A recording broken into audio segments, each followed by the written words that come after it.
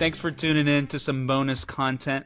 I already did this intro because I thought I was recording and I wasn't, so this is a learning process for me. But thanks for tuning in. We're just talking some more Daredevil. I think this is officially going to be listed as episode 9.1, just a continuation of last episode where we're talking about Daredevil. Andreas had a ton of thoughts, and we couldn't just end talking about it even when the episode ended. So, Andreas, the floor is yours.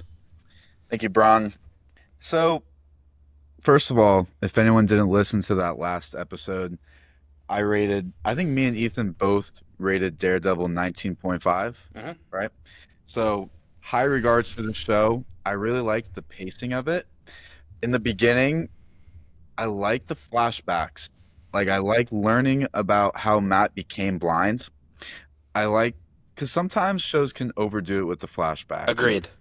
And so I thought it was a good balance. And like we'll see that balance later on throughout the show. We get the flashback for Fisk and his backstory. I want to say we get another flashback of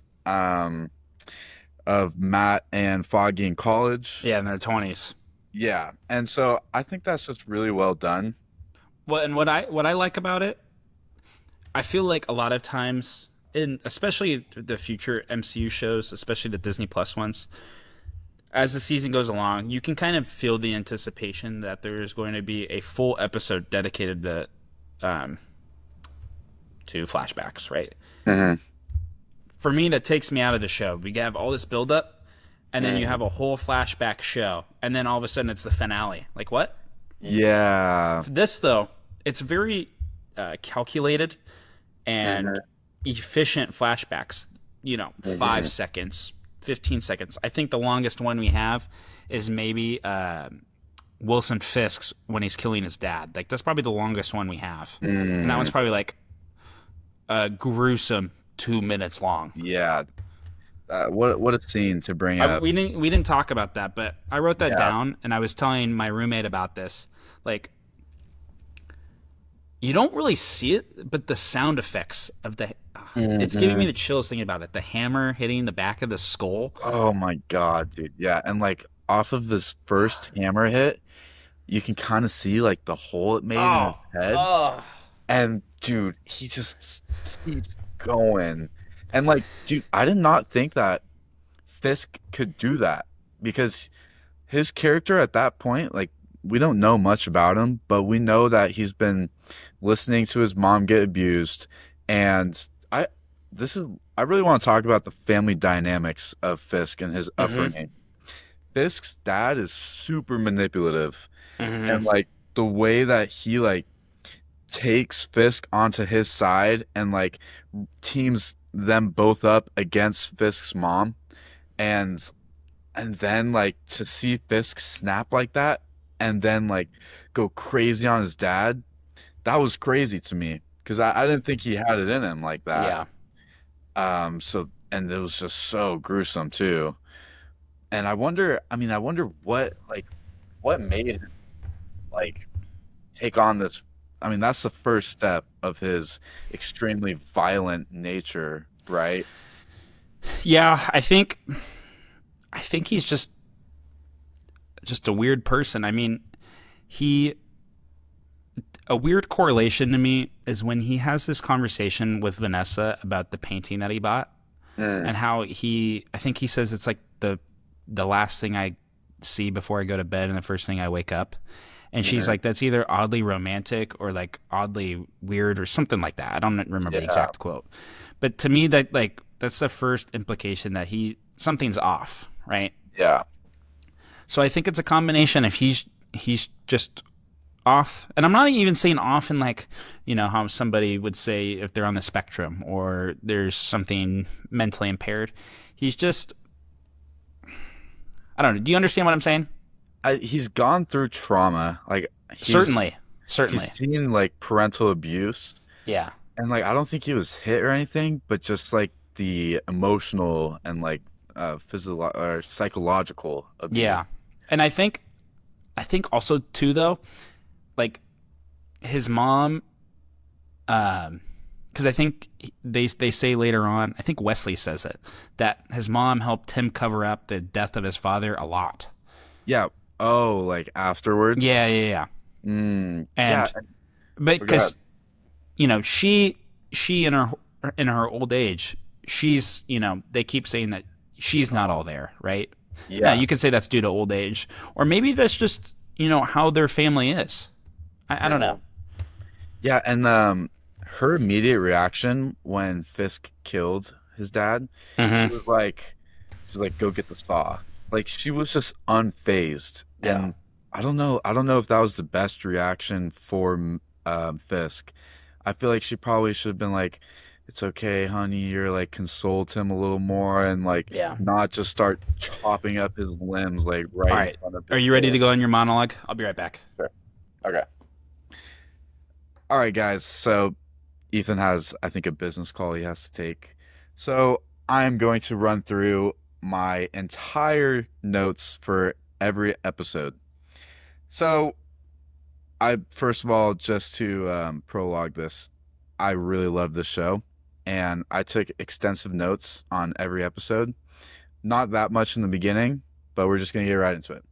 So the first episode, I'm wondering how Matt becomes blind in the truck scene. Like, you see the chemicals get in his eyes, right? But I wanted to see like what happened. All we saw was a truck on the ground and Matt with chemicals in his eyes. So I wanted to see that whole, because apparently he saved someone's life. He saved an old man's life. So I wish they showed that truck scene, that crash happening. But we're introduced to the dynamic pair of Matt and Foggy. I think they're hilarious. Foggy is really funny. He's got nice, witty comebacks and remarks. And I think throughout the season, especially at that one point when Matt's identity is revealed to Foggy, I don't know. We talked about this in the last episode. I think Foggy was a bit dramatic, okay? Because it's not like Matt was hiding any secrets. Sure, I guess he was hiding, or sorry, no. He was definitely hiding secrets. He wasn't lying. And like I guess he could have told Foggy about what was going on and what he was doing. But like once Foggy figured that out, I would have been like, "Oh damn, like you're this superhero that's doing all this. Like how are you doing this? Like, like, tell me some of the stories." But he's just extremely pissed off and feels betrayed when in reality Matt's just doing his side quest. Like there was no he didn't have to tell Foggy anything. I get they're best friends and like it's hard to put myself in that situation, but I think Foggy was a bit dramatic. Let's continue. Episode 2. Um I wrote down the intro theme is bland. This might be a hot take. Maybe I'm a little spoiled from other shows having these crazy intros. I don't need to see a crazy intro, but I like animations. Like Game of Thrones is my all-time favorite. The music is superb, and the animations of the cities like popping up like that, I really like that. And so if Daredevil could have had like some sort of animation of like I don't know, like maybe a montage of like Daredevil like fighting or something. I think it was just a little bland just showing his suit. And we don't even know how he gets the suit until like episode 11. Um so we're introduced to Claire here. And that relationship between Claire and Matt is very unique because Claire is a nurse and Matt is like this vigilante, right? But he's also a lawyer. And now Claire is sort of coming this vigilante sidekick as she's like the first aid lady. And they sort of become a team. I like that. I like that Matt, it's very easy for him to win trust over people. Partially, I feel like because he's blind and it's like, you you're more likely to trust a blind guy, right? Like he doesn't know where he's going. He's using a stick. This guy's not going to lie to me. He's probably needing more assistance. And she comes to his aid very many times throughout the season. She is a real one for that. And I was sensing some chemistry between them. Matt has just, to be honest, he's got the blind riz. I don't know what it is, but he's really articulate and he's really got a chill and calm demeanor. And I think that attracts a lot of girls because they're like, this guy is blind, but he's confident. He's got a great demeanor. He like commands respect. He's a lawyer. So he just gets girls. It's pretty crazy. And I thought that there was going to be more chemistry between Claire and Matt, and they finally do kiss later on, like episode like 10 or something. But just to go in a little more on that relationship between them, Claire is like that white angel on Matt's shoulder, and that Murdoch devil is on his other shoulder. And I really love that one conversation later on when Claire asks Matt. She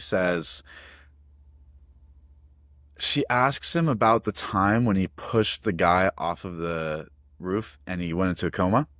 She asked if he meant when he said, I enjoy hurting people. And then she really like put him on the spot and was like, are you doing all of this because the city needs you, or are you doing all of this because you need this? And I think that really clicked for Matt. Excuse me. I think that really clicked for Matt and made him think about his actions and his motives, and to kind of accept that maybe he does like this a little bit. I think it's pretty evident that he does like this. I don't think he could ever sustain just a 9 to 5 lawyer job, or 9 to 9, whatever lawyers do.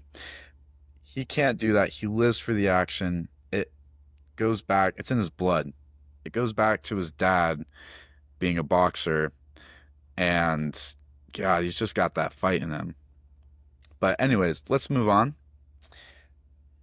Episode 3. A few mysterious scenes in the intro of this episode.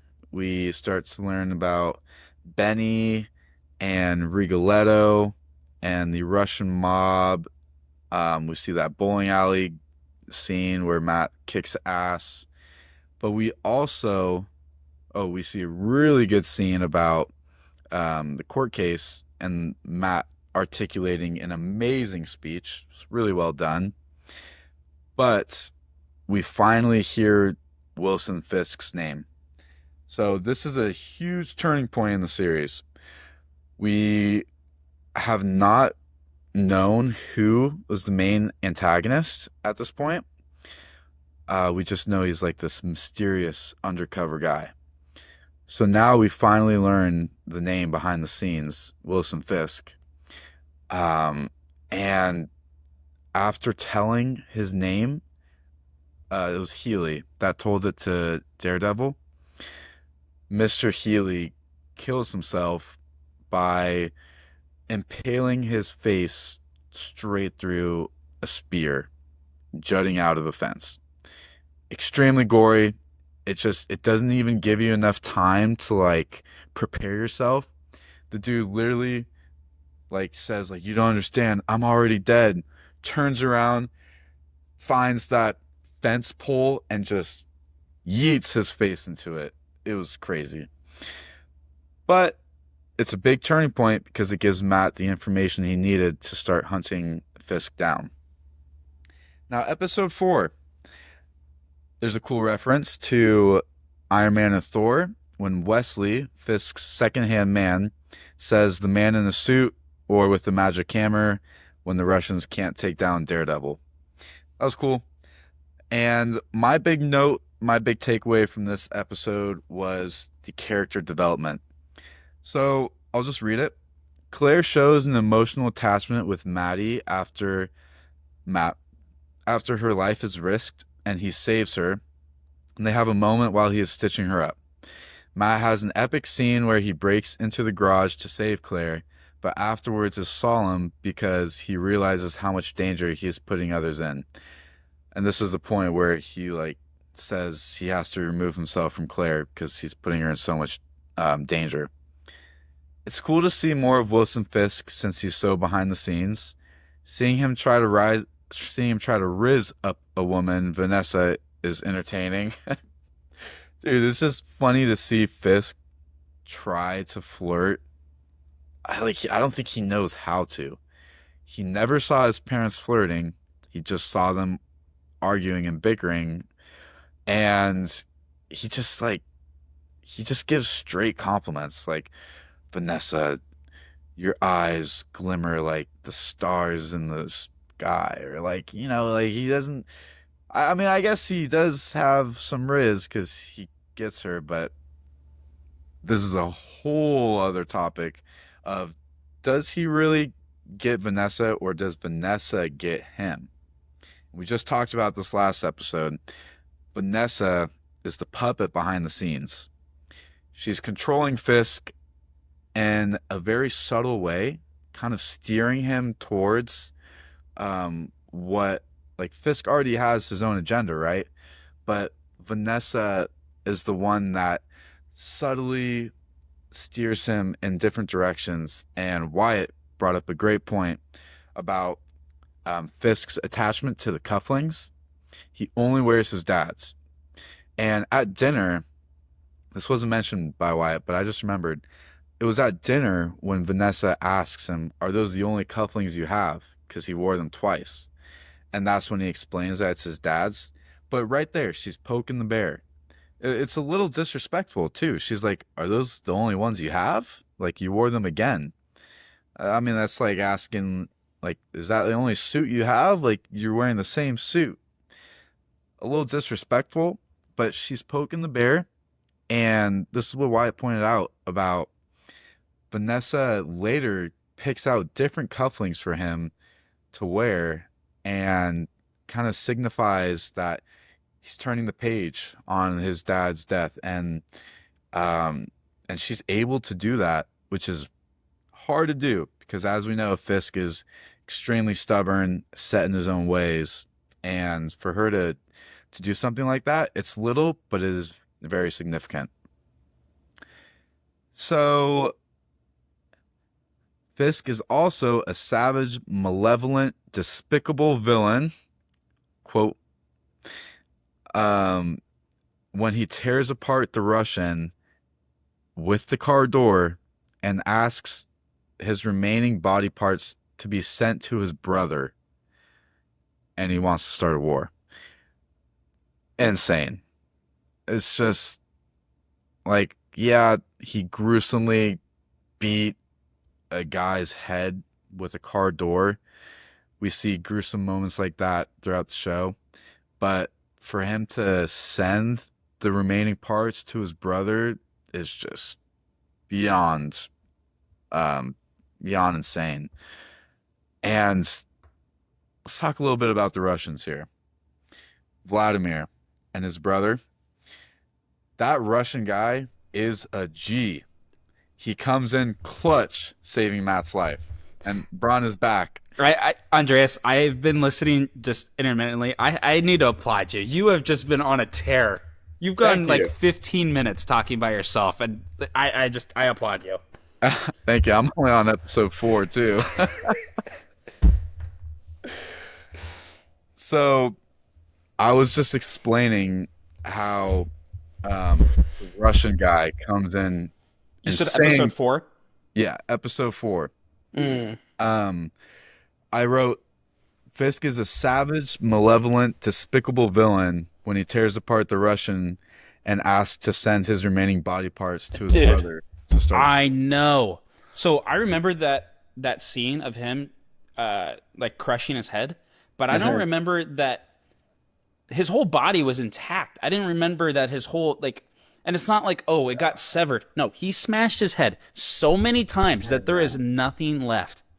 And I think what's super cool about Fisk's and Wesley's relationship is there's that shot of when he's just repeatedly slamming the door closed over and over and over again. And Wesley's just sitting here like this. And he's just like, blood's getting splurted on his glasses. And he's like, eventually, like, he starts slamming it so many times. Wesley gets out of the car because he's like shaking so much. And he's got no reaction. And all of a sudden you just see his body just fall over because he's got no head. Yeah. And that's a good point about Wesley. He is just like the ultimate suck up, bro. He's also on puppet strings. But here's the thing. Normally, I don't care for those characters. For some reason, I have this infatuation with Wesley. Not because I think he's right by any stretch of the imagination, but to see him go on the side quests, and eventually, this is jumping forward. I know you want to stay with episode 4, but like when he has that conversation with Karen, and he's like, "I decided to take matters into my own hands." It's just very interesting in me to see how much power he truly does have, because I'm thinking if I was in even just any situation where I'm the boss, right? I mean, I technically am the host of this show, right? But like, how much trust is in between Wesley and Fisk, right? Do you think Fisk would have justified that situation, him going to meet Karen, right? Or do you think he would have been like, no, we need to talk about it first, or there needs to be a plan before you go? So I think Fisk would have approached it a little differently.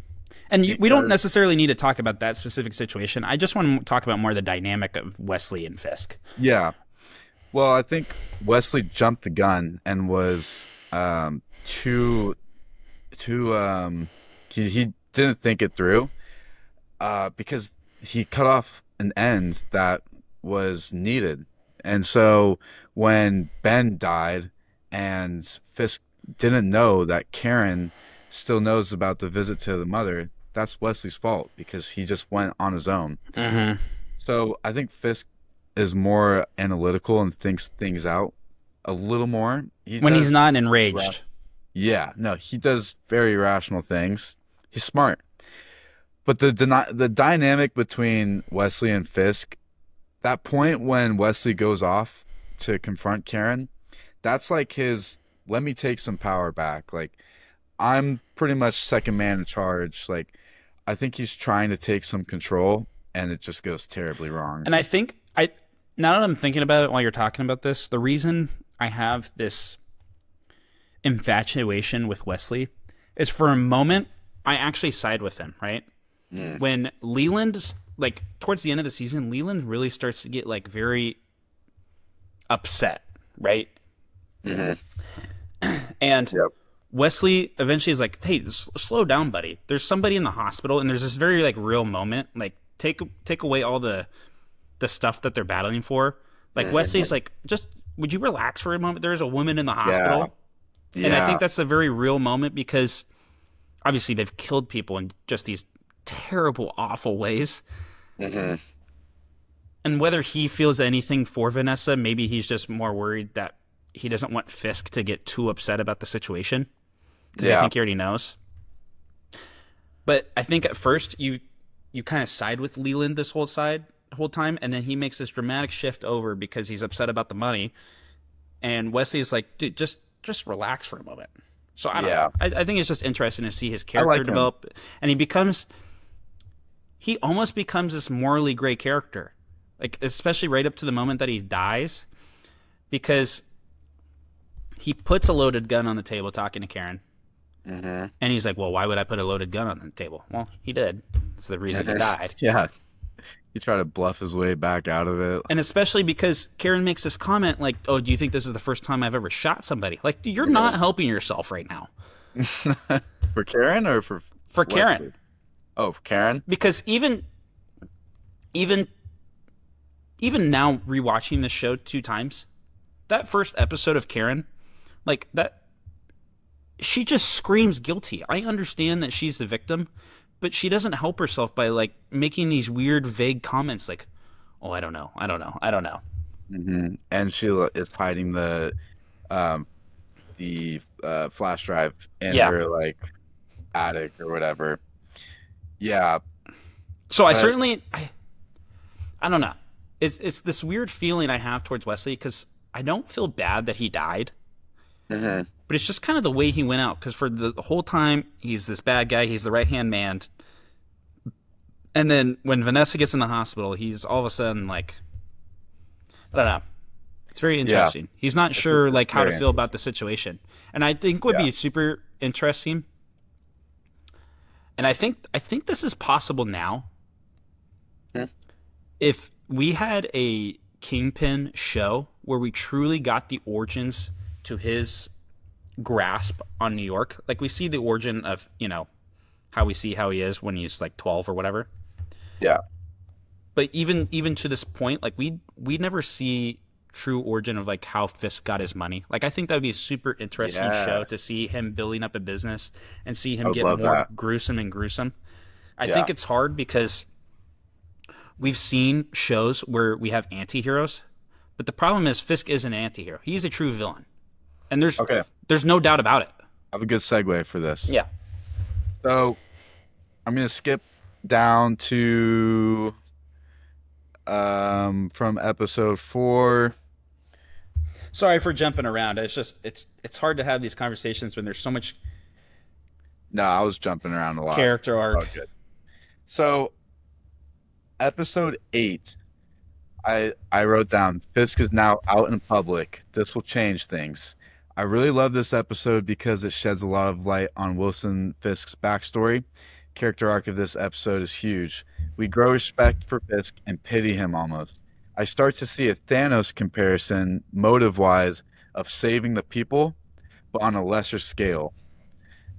So it's like that Ben Urich quote about there's no heroes or villains, just people with different agendas.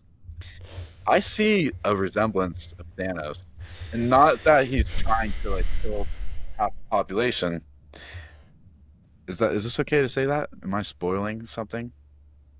No, it's fine. Yeah, it's fine. We'll put a spoiler warning on this. It's fine. But it's just the motive of like he's trying to save the city, and he is truly convinced himself that he's right. But at the very end, when he's getting taken away in that FBI SWAT car, and he starts giving this speech about the religious story, which, by the way, I want to talk about because he is very interesting on his religious stories. Mhm. How he claims that he's not religious, but he knows so many Bible stories. Yeah, when he was I mean, kind of the first introduction to his like complex beliefs on religion. He's sitting down next to Vanessa's bed, and I think he's more or less just talking to himself because I think he Yeah. realizes that she's not listening. He's like, Mhm. "Well, I don't want to pray for. I do want to pray for you because I've seen so many movies and TV shows depictions of how Christianity is supposed to be played out and how praying is supposed to work." And you think that he's about to, and then he's like, "But I'm not going to do it." And that's just kind of the end of the conversation. But I'd love to hear your perspective on his moral complexity on religion. It's really interesting because he doesn't believe that there's a God, but he really loves the parables and like the lessons Mm-hmm. that come out of the parables and the stories that he constantly tells people stories, Bible stories. And so and when he's getting taken away in that SWAT car and he's telling that Bible story to the two agents, he's talking about how there's a path that it's like the path of evil and like the two guys walking on it. I can't remember the specifics, but he's saying he realizes he's not the guy, he's not the father on the path, he's not the son on the path. He is the path of evil, and he just totally embraces like that he's an evil guy. And I don't know, I felt like it felt out of his character, to be honest. Yeah, I to me what this kind of like gets to because I feel like Wyatt was talking about how Matt Murdock he's this devout Catholic. I didn't really take that the whole time. It seems like he's also kind of battling with his religious beliefs. 100%. Um, and I think this kind of just brings up the age old question, right? That we're both very very religious. You're Greek Orthodox. I'm Episcopalian, and I feel like there's this lifelong question that if somebody, we're all sinners, right? And if somebody, it's hard for me to say, but if somebody is truly evil, right? But they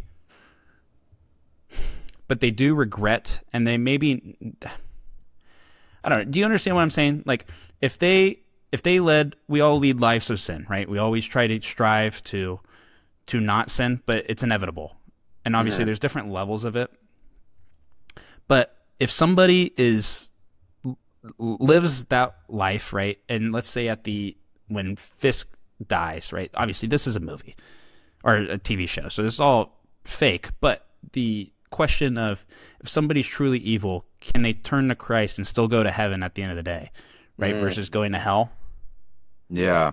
It's a very interesting question for him because it seems like he wants to be Christian, but it just feels like he goes out of his way so many times to reject it, even though deep down I think he really wants to. Yeah, I get that vibe too. I also got the vibe of Matt and his Catholicism. Like, I don't think he's a devout Catholic either. I never got that vibe. I think he also wants to, but for whatever reason, to me, it feels like Fisk wants to be more of a Christian than Matt Murdock wants to. Yeah, yeah, because Matt's just worried about killing, and Fisk is just like wants to do like the right thing. To me, in his eyes, Fisk wants to. He wants to appease himself and Christianity, that he wants to live this life where he is trying to make things right. Where Matt Murdock, because of how many conversations we see with him having with the priest, it seems like he's just trying to oblige the priest, not really trying to oblige his own beliefs, right? Yeah. Yeah, it's I don't totally know. fair. It's very interesting. It is. But let's continue. So, episode 5, I wrote Claire starting to fall in love with Matt. Yeah. And I think that's pretty evident. A lot of people do. I talked about his Riz while you were gone. I saw you get super animated at one point. I'm very curious to go back and listen to this and what you're talking about. Everyone thinks Daredevil is the one who decapitated the Russian Vladimir's brother, and now Matt starts to run with it as it makes him more intimidating. I like that he did that instead of like denying it and like because this is the part when he's interrogating that cop, and the dirty cop, not Hoffman, I forgot, the one that dies. And he's like, you decapitated him, and he was like, I didn't do that. And then like later on, he's like, he just starts using it to become more intimidating. And to go back to Matt's conversation with the priest, one of the most fascinating conversation that he had was when the priest is talking about why Satan fell and why did God allow Satan to fall, right? Yeah. And the end of the conversation ends with him saying, well,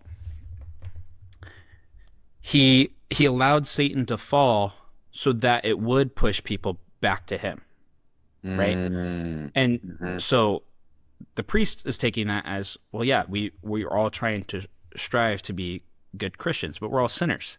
Matt takes it as, oh, well, I am the devil. That's where he gets his name, Daredevil. So he's like, well, I'm going to be that guy. Yeah. Yeah. It's very push people back. Yeah. Interesting takeaways. Yeah. It's just this feeling that I have that Fisk wants to be more of a Christian than Matt Murdock wants to. Yeah, he just has no regard. Once Fisk starts getting in that zone, he just goes crazy. He like blew up like 5 buildings at once. He's friggin' destroying people's heads with car doors. Like, yeah, it's crazy. Okay, and my thing is like, he's writing the line so much of wanting to become an anti-hero, but he does these outrageous things of like the car door scene. Like Yeah. such intimate way of killing somebody. Like you can't defend that guy anymore, you know? Yeah. Hey, earlier you brought up Leland. I want to Yes. talk about him. Yes. Because we didn't talk about the poison scene in the No. campaign. Yeah, that's where the beginning of really getting pissed off with Leland. He's like, "Do I need to get checked, bro? You're Yeah. fine." But he's trying to cover himself up though. He's trying to like play it cool and like he's like, "Oh, I almost died." But I had a feeling something fishy was going on in that scene. Like Yeah, I knew there was some inside job, but I thought that it was Gao. I thought it was like the Chinese lady I or also like thought that. I didn't think it was Leland because he I just seems like a wimp. Well, I started to think that because, and I think this is a credit to the acting of the actor. I don't know the actor's name, but he acts. His acting in a character is so well done because at some point you start to realize this guy's trying too hard to sell his story, right? Yeah. Yeah. And it's believable. That's I just Yeah. give credit to the acting in that because I would have a really hard time I was trying to convey that message. Yeah. And this is what I wrote down. I thought Fisk poisoned Leland with the champagne, but after Vanessa died and he didn't stop her from drinking it, my theory is that it was Gao, the Chinese lady. So I thought that Fisk poisoned the champagne to try to kill um, Leland. But then Vanessa died, and obviously, or she didn't die, but he obviously didn't do that. But oh, dude, Leland is just so stupid. He just admits to stealing money from Fisk and is like, "Oh, I have this backdoor cop that's gonna rat on you if like I don't check in with him every day." You really think that's gonna stop Fisk from like killing you on the spot, which he does? You gotta have something better than that to blackmail him. Yeah. Like, it's Well, just, he gets to this point where he thinks he's invincible, and he's not. Just yeah, because you have the money, dude, does not mean that you're not going to die. yeah, You're seeing firsthand experience that everybody is dying around Fisk that even tries to cross his line, you know? And he's like, "Well, I've got all the money, so I can't die." yeah. It's like, dude, money's not gonna save you. And that taser, this is something interesting too. The taser just like completely takes over Matt in Yeah. that parking garage scene. Which I thought was a little weird. Yeah, like he just gets tased, Matt's done for, and then Stick pulls up. Yeah. But then on that scene where Leland and Fisk are talking about the money problem, Leland tases Fisk. Fisk eats it like it's nothing and just like shoves him down the fire escape. Dude, Fisk is strong. Yeah. Fisk just ate that, and Matt was like on the ground, paralyzed for a Well, second. and that's what's interesting about having a live action version of Fisk. Have you seen Spider-Man Into the Spider-Verse? Into the Spider-Verse? Is that the first one? I haven't seen it. I don't know if it's the first one either. Okay, well, maybe I'll put in a visual right now. He's this. Okay. Let me see if I can find a picture to show you right now. But in the comics, he's huge, like Really? literally Is he- comically Is he in massive. Spider-Man? Huh? He's in Spider-Man? He's the main villain of that first movie. Oh, I did not Let me know see. that. And is that MCU? No. Okay. Here we go. He's huge. Holy crap. That is ridiculous, dude. Dude, Look, he's got some massive this. traps. Oh my god. and so that's how he is in the comics. Let me see if I can find a picture. But that's what's obviously you can't make a Kingpin that's comic accurate live action unless you use CGI. Yeah. So they do a good job of showing how strong he is, but at the same time they use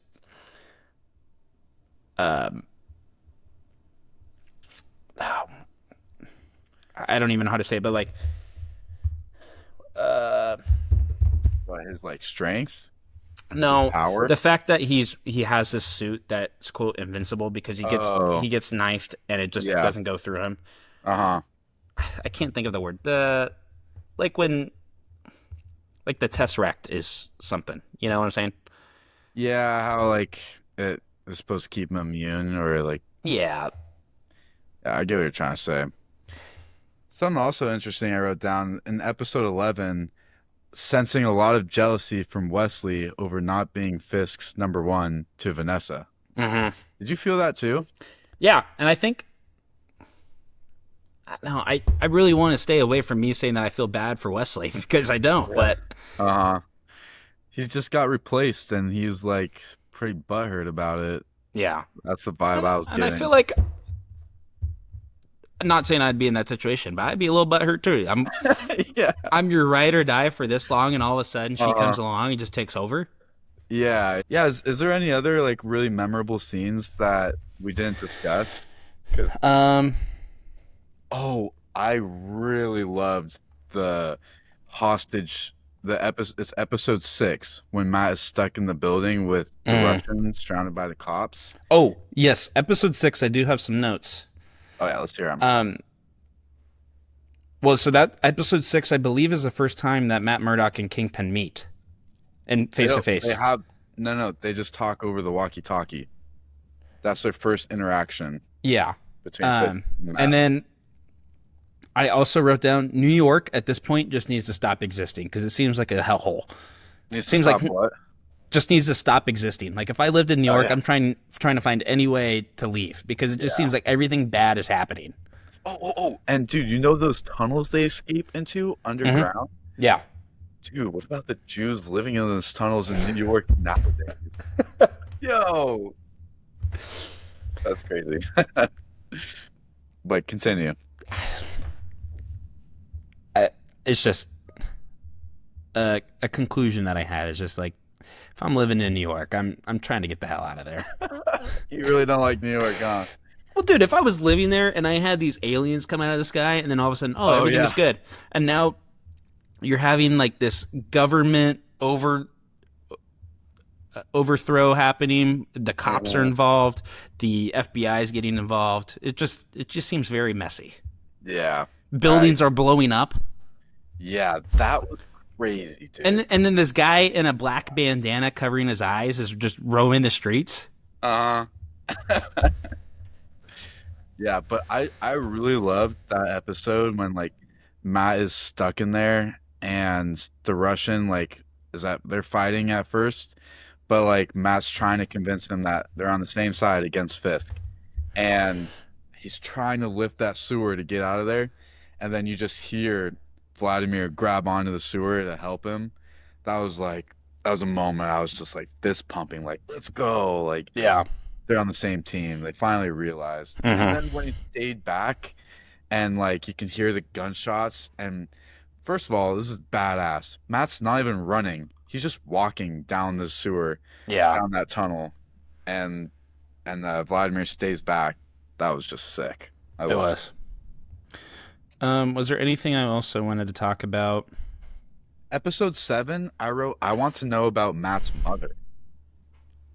What's the backstory? They vaguely brought it up. I want to say we get more background on this in season 2 Uh-huh. because I'm pretty sure this is not the last time we hear about her. Yeah. And I haven't seen season 3 or Born Again, but I'm sure they cover it a little bit more because it seems pretty essential to his story and his upbringing. Mm-hmm. Something we didn't talk about was when Karen and Ben went to visit Fisk's mom in the caretaking home. Dude, Karen sucks for that. Like Ben wanted no part of it. Like this is first of all about him and his wife, and Karen uses his wife to drag him with her to get information on Fisk, and then it ends up killing Ben. And then Ben takes the bullet and doesn't even rat on Karen. It was just like Karen is literally the reason why Ben is dead. Yeah. Like at the funeral, she goes up to Mrs. Urich and like starts to apologize, and she's like, "No, he died doing what he loved. Like there's no way he would stop him. Like he knew what he was getting involved in." Like, yeah, that's true. Like he knew what he was getting involved in, but Karen is the one that brought. I don't think he would have gone to interrogate Fisk's mom. Like No. that's over the line. and It's a death wish. I yeah. think everybody knew it besides her. Hmm. And also, one thing that I want to talk about too, I think they did a really good job of making Ben Urich into this guy that he's this, I want to say almost world renowned reporter that seems like he's kind of almost washed in his ways now, where he hasn't really been doing all that well Yeah. since we've seen him. But they do a really good job of, even though we haven't seen any of this world class reporting up to this point from him, they make it known that he is this world class reporter. And Yeah. since his wife is in the hospital, he's kind of pulled back a little bit. Yeah. And that's what I saw in the background on his wall. He has those two newspaper articles about the Battle of New York and the Hulk going crazy in Harlem. And it just kind of shows like that's like his trophy wall. Like Mm-hmm. he's got some bangers up there. It'd be super cool to see the future of the MCU. Somebody reference a Ben Urich article. Yeah, that would be cool. Also, there was some other um I think there was another Easter egg towards the very end, but I have wait, one. no, I have a I was, question for you because something I didn't really understand yeah, is, so the first half of the season, mhm, Ben's talking to the management of the hospital trying to get this extension. What yeah. was your take on that? I didn't really understand I understand, like insurance didn't like cover it. Is that what was happening? I didn't also really understand that. Like the extension got denied. I I don't know if that's a money thing because I don't know how hospitals work, but I don't think they would kick out a patient like that. That's Oh actually. wait, actually there might be a limit, and then they have to go to hospice. You know, Mm, and like did they, we get confirmation of what she had? I don't think so. It I don't don't. think It they almost ever seemed say. like she had Alzheimer's because when they're Yo, sitting oh down, yeah, I think she's got Alzheimer's or dementia. because when they're talking, and then all of a sudden she She's like, oh, like you're her eyes roll back, and then handsome. all of a sudden she like cuts out of the conversation talking about something completely else, and then he has this moment like, oh, Yeah, yeah, she definitely does. Yeah, she starts over and she's like, "Oh, hi, beautiful. Like you visited me." mm-hmm, Yeah, that was sad. That's mm-hmm. like the worst, dude. I really I wouldn't wish that on my worst No, enemy. Dementia or truly Alzheimer's. terrible, Yeah. I really okay, we need to talk about Stick for a little bit. dude. Oh, I just hate this Talk character about so the much, man Stick. dude. He is a terrible, terrible mentor. Hmm. The way you talk to a 12-year-old boy that's dealing with a disability, And like for him, he says, well, I've had this disability my whole life, so it doesn't affect me. So you're like going to treat this kid, oh, you need to learn how to kill me, right? uh-huh. And saying Yeah. that you need to be tougher than this. And Matt's coming off saying, well, my dad was this uh, Boxer. C-level boxer, Hmm. right? That was always getting his ass kicked. And so Yeah, Stick's like, yeah. well, you need to learn from your dad not to be a terrible fighter, right? It's just terrible, terrible messaging and mentoring by him. And Yeah. I think the show is trying to prove that, right? Like you're not supposed to like him, but it Yeah. is essential to learning how he is. Yeah, I think he did a good job training Matt. Like, evidently, Matt is a badass assassin. But, like, when Matt saved the ice cream wrapper, made it into a bracelet, and gave it to him, it's just so unnecessary to crumple it up like that. Yeah. And then he's like, I can't train you anymore. He's just a Because, dick. yeah, maybe because Matt has an emotional side and Stick just wants him to be a stone cold killer. Like, come on, dude. He's literally 11 years old. Like, he's not gonna. You gotta. He takes on that father figure role that Mm-hmm. Matt wanted, and Stick didn't want to be that. He just wanted to train him. But it's just sad to see. But at the end, when they're fighting and Matt beats him in his apartment, he finds the leftover ice cream wrapper. So Stick held onto it the entire time. Mm. he finds it on the ground, and like he's like, oh damn, he kind of has a little moment there. Yeah. But Stick is a bad guy. He is. He talks to that one dude in the shadow. You remember? This is like in the very end. Let me see if I have it written down. It was like really quick, but Stick is talking to this one dude in the shadows, and the guy is like asks Stick, do you have Daredevil? Or like, do you have him? And Stick's like, no, but like he's coming around. You remember that? Yes, I do remember this. Yeah. That's a good foreshadowing about the next villain, which I already watched the first couple episodes of season 2. Mhm. Have you seen it? I've seen season 2. I haven't started watching it yet. Okay, so Punisher. I'm wondering if that's Punisher because Punisher is the I think main so. I'm villain trying to in see when season we're 2. supposed to watch season 2. It's pretty far. No, it's not far at all. Oh, We've really? got after this, we got Jessica Jones, Age of Ultron, and then season 2. Oh, really? Yeah. Oh, okay. I thought it was a little further down. Mm-mm. But The Defenders is a while from now. We still got about 2 Mm. months until then. but I'm really interested to see what that villain is. And I think the dynamic I would there. say hold off on watching the rest of season 2. Try to watch Jessica Jones first, but I Yeah. think you're really gonna like season 2. I like season 2 a lot more than season 1. Really. I started watching Jessica Jones. I'm on episode 3. Well, because I first started watching season 2 of Daredevil, and then I checked the calendar and I was like, oh shoot, Jessica Jones is first. So I started watching it, but I was starting to enjoy the Punisher and all that. Yeah. Once we get done with Jessica Jones and Age of Ultron, then I'll give you guys the actual lineup of shows when start watching next. Because after Age of Ultron, I'll give you guys the green light to start season 2 of Daredevil, and if you end up finishing that, you can start Luke Cage season 1. Yeah.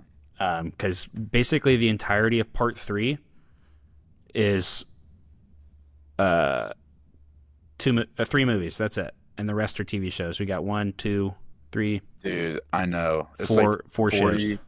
44 through like 48. Yeah, and then part 4 is a lot of shows. We've got We're going to have to spread that out, right? yeah, we'll take a sabbatical on there for a week at least. It's Like- set up. I was calculating doing the math, because right now I think we're supposed to finish in September if we didn't take any breaks.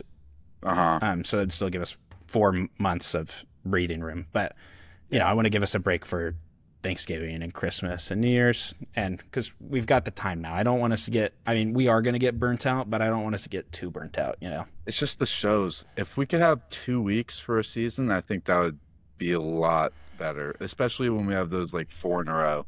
And So we actually can, Mhm. but I feel like our release schedule and the consistency of talking about it, if we did 2 weeks for every show, there would be a little bit of a disconnect in terms of like talking about it and keeping our Well, we memories could do fresh. check-in. We could do check-in weekly, like have episode 5 done this week. Yeah, I'm gonna wait till we get done with part 3 because part 3 isn't as grueling as part 4. Part 4 is gonna suck Really? because we've got great movies. First in part 4, we've got Doctor Strange, Black Panther, Spider-Man: Homecoming, Thor: Ragnarok, all back to back to back to back. But then after that, we've got The Punisher season 1, Jessica Jones season 2, Luke Cage season 2, Iron Fist season 2, Daredevil season 3, The Punisher season 2, Jessica Jones season 3, and then we get to Ant-Man and the Wasp. Dude, that's 7 seasons. Yeah, it's gonna be rough. But once we get through that, then we're in the clear. Then it's just movies and Disney Plus shows, which are a lot more manageable. Yeah, I'm excited for the Disney Plus shows. Well, Andreas, this has been a lovely conversation. I'm glad we did this. Me too, and I'm very open to having these more extended conversations if we hit our runtime. I just don't want our Yeah. listeners to get too burnt out. Yeah, for sure. And listening all in one show. So that's going to do it for this bonus episode. Thanks for tuning in, and we will catch you next week for Jessica Jones season 1. See you guys.